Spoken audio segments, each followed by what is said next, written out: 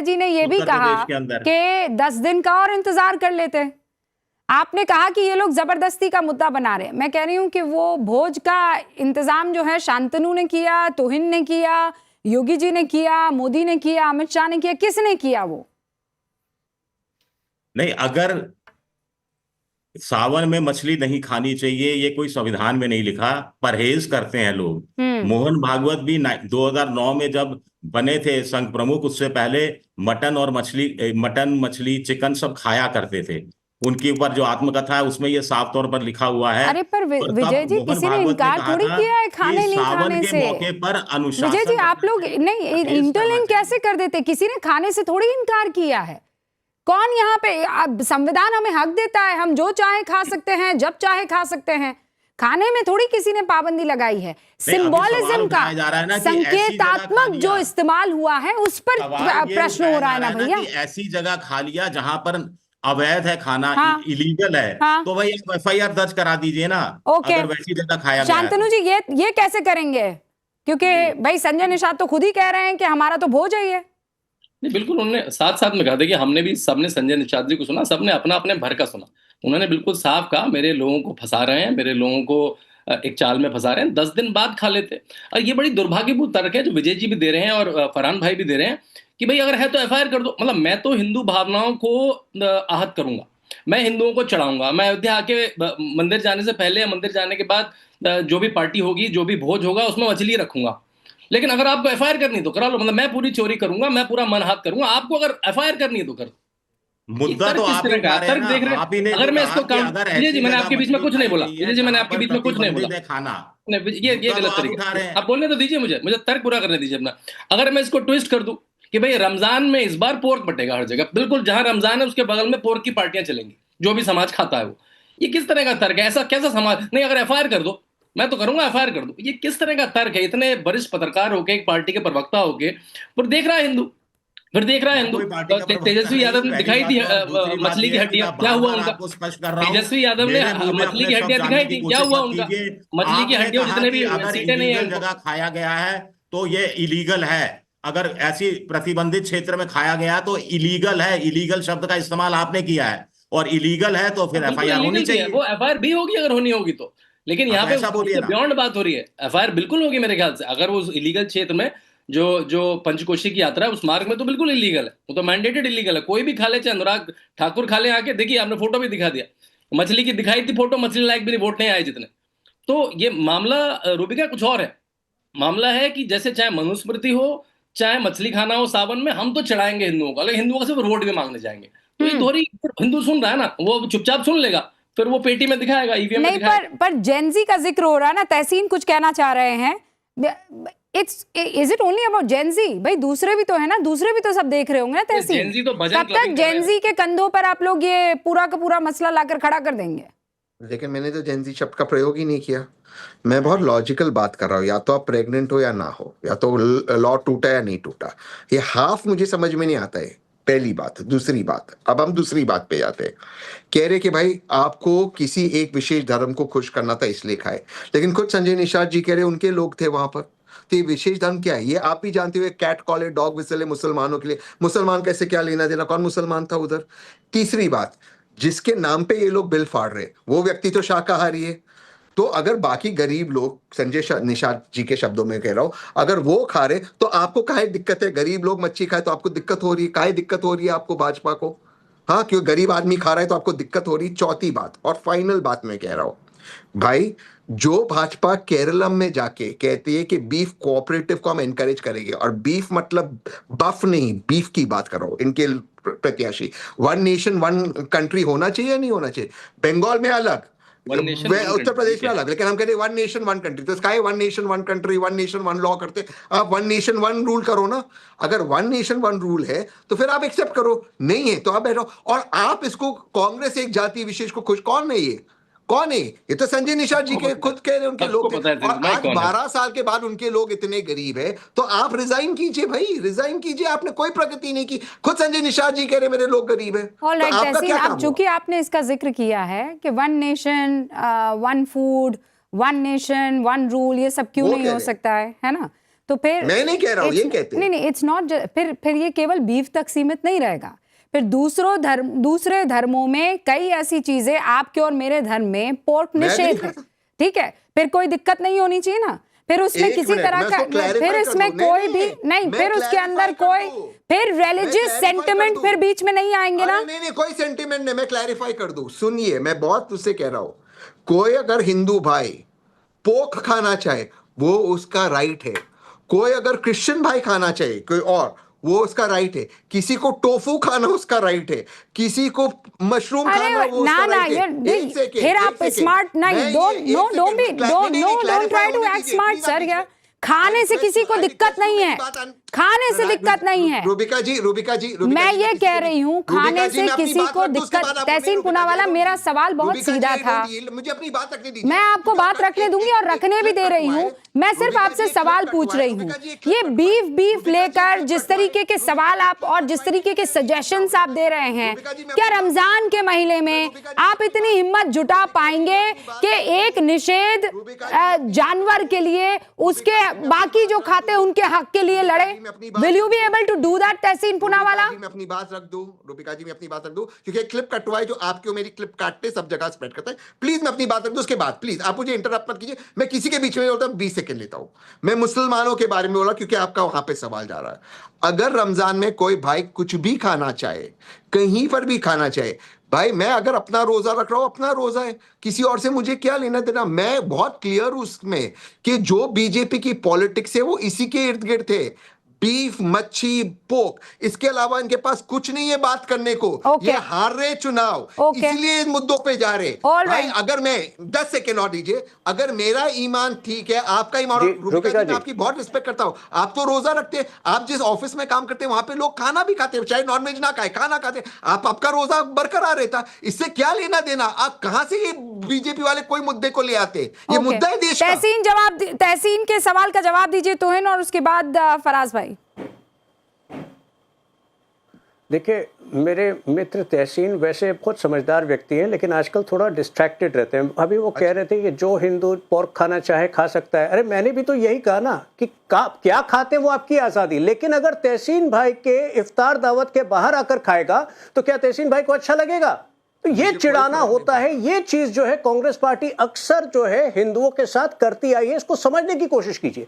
दूसरा, ये फराज भाई भी कह रहे थे कि बीफ एक्सपोर्ट इतना बढ़ गया, 5 टाइम्स बढ़ गया। देखिए, मैं आपको बता दूं कि कानून के तहत काऊ मीट का एक्सपोर्ट बाधित है, नहीं हो सकता, लेकिन ये आस्था या ये रूल जो है वो बफलो के पे, वो भैंस पे लागू नहीं हो सकते। इसलिए आप जो है, ये बहुत ही एक छोटा, एक बारीक डिफरेंस है, लेकिन आप इसको बार बार जो है गलत तरीके से प्रस्तुत करते हैं। भाजपा का स्टैंड हमेशा हर जगह पर क्लियर है। जो जहां का स्टेपल डाइट है, नॉर्थ ईस्ट का स्टेपल डाइट हम नहीं बदलने वाले, गोवा का स्टेपल डाइट नहीं बदलने वाले, केरला का स्टेपल डाइट हम नहीं बदलने वाले हैं, लेकिन हां, हम ये अपेक्षा करेंगे, हम उम्मीद करेंगे कि सार्वजनिक स्थल पर और जब फेस्टिवल्स और पर्व त्योहार का समय आता है, तब आप दूसरे धर्म की भावनाओं को ठेस ना पहुंचाएं। मुझे लगता है ये कोई बहुत बड़ी उम्मीद नहीं है, और कांग्रेस पार्टी भी थोड़ा सा संवेदनशीलता इस विषय पर दिखा सकती है। ओके, फराज भाई। हाँ, देखिए रूबिका जी, क्या है कि भारतीय जनता पार्टी की कोई भी डिस्कशन हो, उसमें जब तक मुसलमान बीच में ना आए तब तक वो डिबेट पूरी नहीं हो पाती है। हालांकि आज मुसलमानों का कोई एंगल नहीं था, लेकिन मैं आपको बताऊं कि मैं भी एक प्रैक्टिसिंग मुसलमान हूं और आप भी हैं। मैं ये जानना चाहता हूं कि अभी पोर्क की बात हुई, मैं ये जानना चाहता हूं कि रमजान के महीने में कौन सा ऐसा जिला हमारे उत्तर प्रदेश का या देश का है जहां पर शराब न बिकती हो। इस्लाम में तो शराब भी बराबर हराम है ना। हमारे घर के बगल में दसियों रेस्टोरेंट्स और होटल्स हैं जहां डीजे के साथ रमजान में शराब चलती है। कुछ पार्टीज में मैं भी गया, लेकिन यह है कि ठीक है, जिसको लिकर पीना हो पिए। मेरा यह मानना है कि मुझे लिकर नहीं पीनी है, तो क्या हम ये बोलते हैं कि नहीं, रमजान में शराब बंद कर देनी चाहिए, कहीं नहीं बिकनी चाहिए? क्या मस्जिदों के बगल में शराब की दुकान नहीं होनी चाहिए? हम बिल्कुल नहीं कहते हैं भाई। एक बिजनेस जिसको मेरा जो अकीदा है, वो अगर तहसीन पूनावाला या कोई भी, मैं एक नाम ले रहा हूं, लिकर पिएगा तो उससे मेरा मजहब, मेरा धर्म नहीं भ्रष्ट होगा, मुझे इतना पता है। अब रही बात भारतीय जनता पार्टी की, मैं ये कही नहीं रहा हूं। अरे फराज भाई, अगर आपने कहा कि मछली के पे ज्यादा काम हुआ, मैंने कहा नहीं, बीफ पे हुआ। अरे सर सुनिए, तो आपने कहा कि मछली के क्षेत्र में ज्यादा काम हुआ। मैंने कहा नहीं, मछली नहीं, बीफ के केस में ज्यादा, बीफ के क्षेत्र, मैंने तो गाय का नाम भी नहीं लिया। तो बीफ के मामले में भारत सरकार ने बहुत शानदार काम किया है। आज की तारीख में बीफ एक्सपोर्ट जबरदस्त हो रहा है, ये मैंने आपको रिपोर्ट भी दिखाई। दूसरी बात बस छोटी सी मैं बोलना चाहता हूं कि टाइम्स ऑफ इंडिया की एक खबर है रूबिका जी, 8 जून 2017 की। मैं टाइम्स ऑफ इंडिया का नाम इसलिए ले रहा हूं कि ग्रुप का चैनल है। उसमें टाइम्स ऑफ इंडिया लिखता है कि अटल बिहारी वाजपेयी जी एक प्रसिद्ध शेफ थे, हेमंत ओबराय जी। ये डेट शायद मैं गलत बता गया, 17 अगस्त 2018।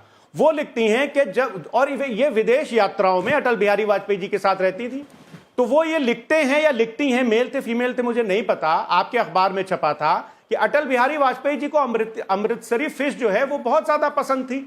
तो खाने के मामले में भारतीय जनता पार्टी की राय मेघालय के लिए दूसरी होगी, गोवा के लिए दूसरी होगी, उत्तर प्रदेश के लिए दूसरी होगी। एक सेकंड फराज साहब, फराज भी हो गए और तहसीन भी हो गए। Now I will have to interfere, और मैं इसको थोड़ा और आप लोगों के लिए ब्रेक कर लेती हूँ, क्योंकि बहुत आसान हो जाता है आपके लिए कोई भी मुद्दा लाकर एस्केप कर जाना।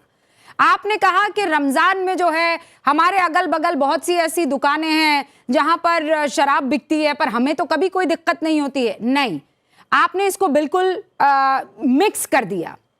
सावन का महीना, अयोध्या का इलाका, वहां पर नॉनवेज यानी मछली जो है उसका भोज का आयोजन करना, ये 3 चीजें हुई।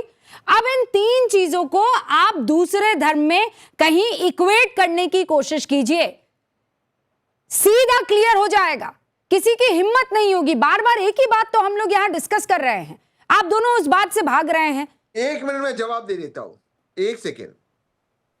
मान लीजिए कि रमजान का पाक महीना चल रहा है, फराज भाई मेरे दूं या आप दे दे, दोनों में से एक आपको देना है, आप मैं आपके बाद में नहीं, एक्चुअली मैं एक बात बताती हूँ, आप दोनों, तहसीन आप पर तो इसलिए ये चीज नहीं लागू होती है, you are a very modern किस्म का मुसलमान ना, आपको थोड़ी कोई चिंता होती है। नहीं, आपको कोई दिक्कत ही नहीं है, आप कहीं पर भी अपने आप को प्लेस कर देंगे। मैं यहां पर फिर कह रही हूं, अयोध्या, सावन और नॉनवेज, ये 3 चीजें आप सेपरेट नहीं कर सकते हैं। इक्वेट करना है तो इसे किसी और, क्योंकि बात किस पर आ रही है कि आप सनातनी भावना को आहत कर रहे हैं, और ये कैसे पता पड़ेगा? When you put your foot in the shoes, empathy रखेंगे तब समझ में आएगा इस बात को। क्यों शांतनु? 1 मिनट मुझे जवाब देने दीजिए ना, आपने पूछा, मुझे जवाब देने दीजिए, 10 सेकेंड दीजिए। I agree with you. तो जो सरकार है वो वहां पर क्यों गैजेट नोटिफिकेशन नहीं लाई कि अयोध्या धरती पर जो सावन के महीने में कोई नॉनवेज नहीं बिकेगा? क्यों नहीं लाई गैजेट? मैं तो कह रहा लाना चाहिए। 1 सेकेंड और 10 सेकेंड। आज तो पहली बार तो नहीं बिक रहा है, पिछले 12 साल से उसके पहले भी। तो ये सरकार क्या कर रही है? आज ही सरकार इतनी हेल्पलेस है। वापस आप घूम फिर कर उसी, नहीं, वहां पर अभी इसका जवाब शांतनु ने दिया। तहसीन प्लीज डोंट डू दिस, अभी ये बात बोली मेरे बीच में बोलेंगे तो मुझे थोड़ा तो बोलने नहीं तहसीन, आपने नहीं Tahseen, you are repeating that thing. मेरा कोई मतलब, आप हर लाइन में बीच में मुझे और 10 सेकंड दीजिए, मैं खत्म कर रहा हूं। वो फंक्शन था निषाद समाज के भाइयों के लिए। अब आप बोल दीजिए शो पे, तूहीन बोल दे कि हमारे निषाद समाज के भाई लोगों को अलाउड नहीं है। मैं और फराज भाई तो मान रहे हैं ये बात, हम तो मान, इनफैक्ट जो महीनों में आड़ नहीं होता मैं तो खाता ही नहीं फिश, मैं तो मान रहा हूं ये बात। बोल दीजिए निषाद समाज गलत है, बोल दीजिए ना तूहीन, एक बार बोल दो ना तूहीन। आज आप बोल दो रूबिका के शो पे निषाद समाज गलत है, बोल दीजिए, बोलिए तूहीन। 1 सेकंड तूहीन, मैं जवाब लूं आपसे, उससे पहले एक बार बस शांत बोलूं।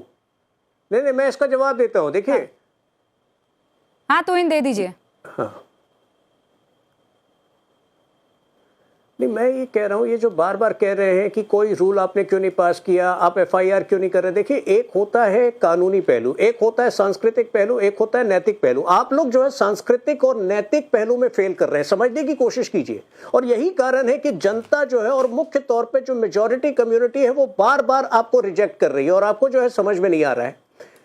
ठीक है, तो सबसे पहले तो ये बात समझिए। दूसरी, अभी मैं फराज भाई को सुन रहा था, फराज भाई कह रहे थे कि रमजान के महीने में शराब का दुकान तो खुला रहता है। अरे भाई, मछली के दुकान भी खुले रहते हैं सावन के महीने में। बात यहां पर वो नहीं है, बात यह है कि कल आप बोलेंगे कि रमजान के महीने में सिनेमा हॉल को बंद करो, म्यूजिक को बंद करो। मेरे ख्याल से आप एक फॉल्स इक्विवेलेंस ड्रॉ कर रहे हैं। जब आपके पास लॉजिक नहीं होता है तो आप बहुत इधर उधर जो है डिस्कशन को ले जा रहे हैं। सिंपल चीज समझिए, हमने तो ये भी नहीं कहा कि मुसलमानों को लुभाने के लिए किया गया। हम सिर्फ ये कह रहे हैं कि हिंदुओं को फॉर ग्रांटेड लेना आपकी फितरत, आपकी आदत बन चुकी है और इससे आप उभर नहीं पा रहे। ओके, शांतनु और उसके बाद फराज भाई। देखिए रूबिका, सारी डिबेट ये कानून पे लेके गए कि भाई कानून होगा तो हम नहीं खाएंगे, कानून अगर ऐसा नहीं है तो हम तो खाएंगे, हम तो हिंदुओं को चिढ़ाएंगे। मैं आपको एक छोटा सा उदाहरण देता हूँ। मैंने फुटबॉल पे एक किताब लिखी और सुनील छेत्री जी जो फुटबॉल में रहे उनसे मैंने फॉरवर्ड लिया। उन्होंने बड़ी सुंदर बात लिखी कि मुझे जो मेरे डाइटिशियन ने खाना रिकमेंड किया था, जिसमें उबला हुआ खाना था, बड़ा बोरिंग सा खाना था, मेरा पूरा परिवार ही वही खाना खाता था। जिससे घर में तो ये बस एक ये घर की बात होती है। घर में अगर होता है कि भाई डॉक्टर ने कहा कि आपको गोभी नहीं खानी, तो पूरे घर में गोभी नहीं आती। आप तो वैसे भाई भाई की बात करते हैं। आप अयोध्या में जाके हिंदुओं को चिढ़ाएंगे और कोई चिढ़ा रहा है तो उसको सपोर्ट करेंगे। आप इसका इक्विवेलेंस लीजिए कि मक्का में रमजान के समय कोई पोर्क लेके जा रहा है, वेटिकन में ईस्टर के समय कोई भी नॉनवेज लीगली बैंड होता है वेटिकन में ईस्टर के समय। आप उसका इक्विवेलेंस है। अयोध्या वो सम्मान है अयोध्या का, वहां पे जाके मत करिए, आप खाइए कहीं और। आप कुछ निषाद जी ने भी क्या कहा, 10 दिन बाद खा लेते, कहीं और खा लेते, बगल में बस्ती है वहां खा लेते। तो ये इक्विवेलेंस नहीं समझेंगे तो हिंदुओं को चढ़ाते रहिए, फिर नहीं मिलेगा। 5 रुपए का वोट। फराज जी 30 सेकेंड, फिर विजय जी।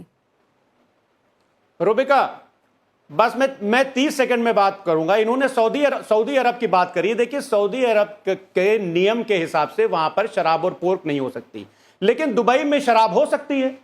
तो जो जिस देश का नियम बना दिए, मैं तो बोल रहा हूं नियम ये बना दिए कि नॉनवेज को बैन कर दीजिए। हम उसको मानेंगे, नियम बिल्कुल मानेंगे। बनाएंगे तो अब सुनिए, अरे अब बीच में नहीं रूबिका जी, मैं किसी बीच में नहीं बोला। दूसरी बात, तहसीन पूनावाला जी को बहुत बहुत मुबारकबाद और बहुत बहुत मैं बधाई देता हूं कि आज हमारी बहन इस देश की बहुत बड़ी एंकर ने तहसीन भाई को मॉडर्न मुसलमान का सर्टिफिकेट दे दिया। तहसीन भाई, बहुत बहुत बधाई हो, आपको आज एक सर्टिफिकेट मिल गया कि आप मॉडर्न मुसलमान हैं। अब पता नहीं हम लोग को ये कब मिलेगा सर्टिफिकेट, हमें नहीं पता। लेकिन मैं एक बात कहना चाहता हूं, आप पर्सनली तो मॉडर्न मुसलमान हैं, पर आपकी राजनीतिक लाइन लेंथ आपको ये होने पर ओपनली अलाउ नहीं करती है फराज भाई। अब आप चाहते थे तो आपको ये सर्टिफिकेट इफ एंड बट के साथ मैं दे देती हूँ। आपने मुझे लगा था कि ये यहाँ पर चुप रह जाना ठीक है, पर जब आप चूंकि आपने इन्विटेशन मुझे दे ही दिया है तो आप पर्सनली तो बहुत ही मॉडर्न है, लेकिन आपकी पार्टी आपको अलाउ नहीं करेगी कि ये पर्सनल मॉडिफिकेशन आपके इस्लाम का या आपके फॉलो करने का आप बाकियों पर भी लागू कर सके।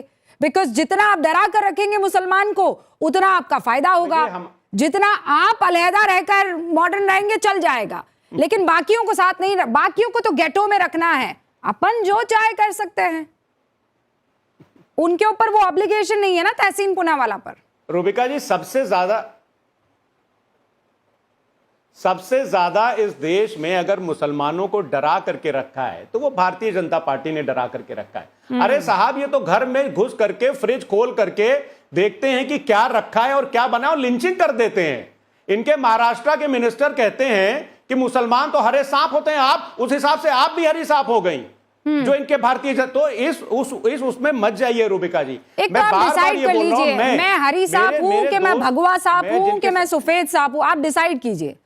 ये बार बार आप लोग ना चेंज मत कर लिया कीजिए। मैं नहीं, ये भारतीय। हाँ, ये जो आपका आप जो सर्टिफिकेट देने पर कभी कुछ कहते हैं कभी कुछ कहते हैं, यू डिसाइड।